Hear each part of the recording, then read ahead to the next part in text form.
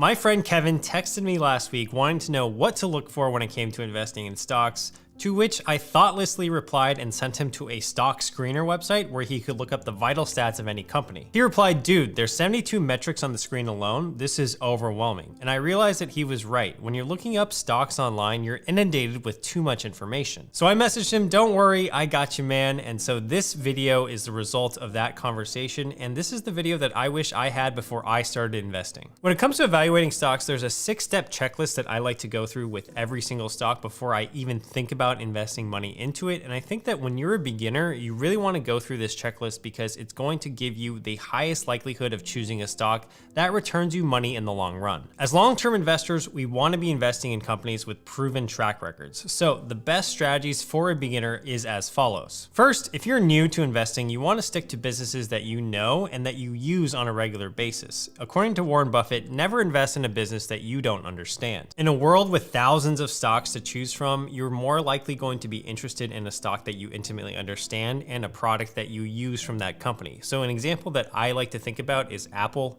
At least almost everyone has at least one Apple device in their home. So if you choose to invest in the company of Apple, you're more likely to research that company because you at least understand a little bit about it. Second, once you've selected a company, you want to make sure that the economics of that company are pretty solid. Buffett's favorite example is to ask people, how would you go about buying a farm? You're probably going to look at how many acres that farm is, what kind of crops that you can grow on it, what the expected revenue per acre of production is, as well as you're going to look into the costs of what it costs to run that farm and the resulting stream of free cash flow to you. When you're buying a farm, you're buying a piece of that business, and that's what really matters when it comes to investing in stocks. You want to buy solid companies with good business models. I want you guys to take a look at this clip of Warren Buffett being interviewed and talking about how he invests in businesses because it's going to give us a lot of context for how our mindset should be when it comes to investing. How closely do you follow the company? You know, people are concerned they haven't really introduced any new products. Well, if you have to closely follow a company, you shouldn't own it. Really? No, I mean, if you buy a business, if you buy a farm, you know, you go up and look, you know, every couple of weeks to see how far the corn is up, and you know, you worry too much about whether somebody says this is going to be a year of low prices because exports are being affected or anything like that.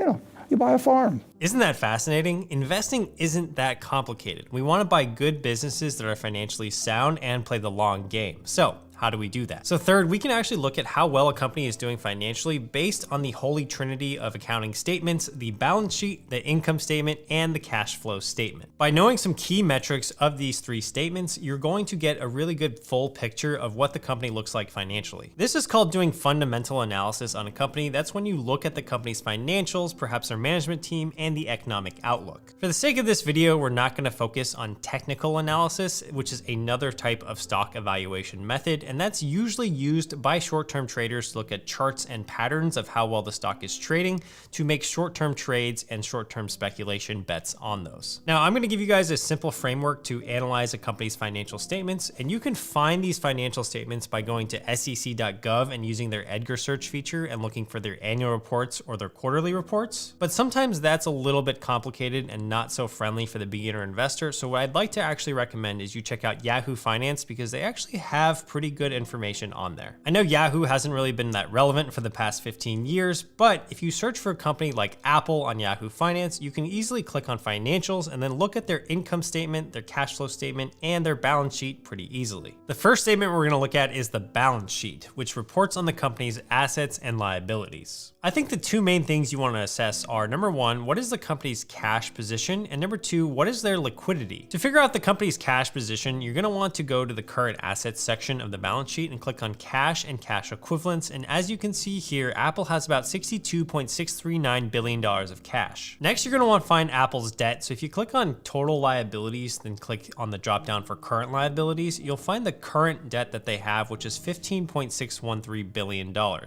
You'll also see under long-term debt, under non-current liabilities, that they have $109 billion in long-term debt. Since Apple has $62 billion worth of cash, but only $15 billion worth of current debt, that means they have enough cash to cover their debt for the next 12 months. Their long-term debt also doesn't seem to be an issue as they have more than enough assets to offset their long-term liabilities. In terms of number two, their liquidity, we're gonna wanna find the current ratio, which is basically current assets divided by current liabilities. What we want to see here is a ratio above 1. That means for every dollar that the company owes in the short term, they at least have $1 of current assets to pay for it. So in the case of Apple, it's actually 1.07, which is a good sign. Now, before we get into the income statement, I wanted to share with you guys that Webull is actually giving away 12 free stocks when you sign up and deposit at least 1 cent. I know that sounds ridiculous, but it's actually 12 free stocks. Webull is an investing app where you can buy and sell stocks. I personally use it on a daily basis. As long as the link is down below in my description, the promotion will be active. So make sure to grab those stocks below there, as it directly supports the channel when you use my link. I think it's one of the best promotions on the entire market right now. I don't know of any other brokerage that's doing that. So make sure to grab those free stocks below, and let's get on with the income statement. All right, so we're gonna look at the income statement to see how the company did in the previous quarter and also the trailing 12 months. This is the document that's gonna tell you how much that company made in total revenue. In the quarter ending 6/30, you'll see that Apple made $82.95 billion in revenue, and after all the costs, their net income was $19.442 billion.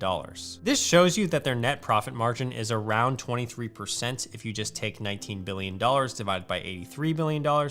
So a net profit of over 20% is generally considered pretty good, and anything over 10% is still considered okay. What you'll notice is that with healthy, stable companies like Apple, they're gonna have a net profit margin of around 20% or even more, but there are some newer companies out there, for example, Lucid Motors, the electrical vehicle company, that has no profits whatsoever and might actually be losing money.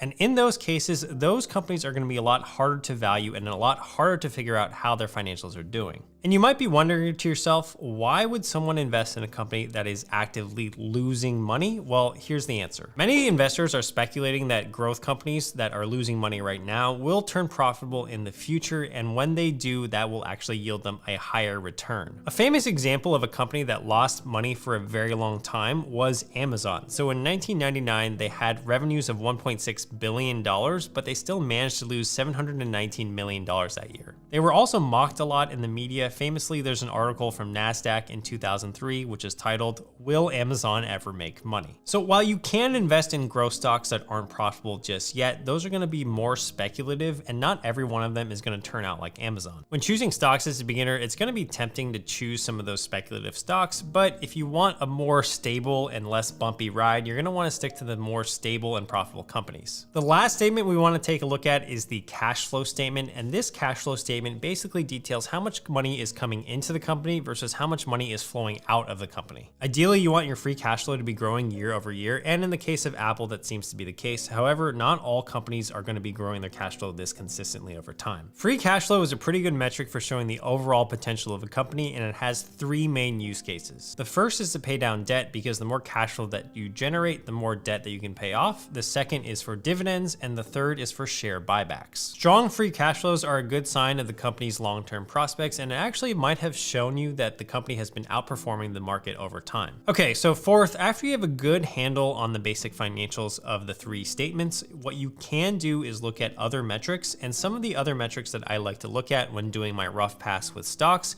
is going to be the price to earnings ratio, and in the event that that's not available, you can look at the price to sales ratio. So the price to earnings ratio is a metric that many investors will use to gauge the current valuation of a stock, and it's represented as the current price of the share of that stock divided by the earnings per share. You can just look up the PE ratio on a stock screener like finviz.com or even Yahoo Finance, and basically what it's telling you is we're figuring out how much we're paying for a given company's earnings. For example, if a company's PE ratio is 20, that means investors are paying $20 for every $1 of that company's earnings. In general, a high PE ratio suggests that investors are pricing in a lot of growth for the future for that company, versus a lower PE can suggest that the company might be undervalued.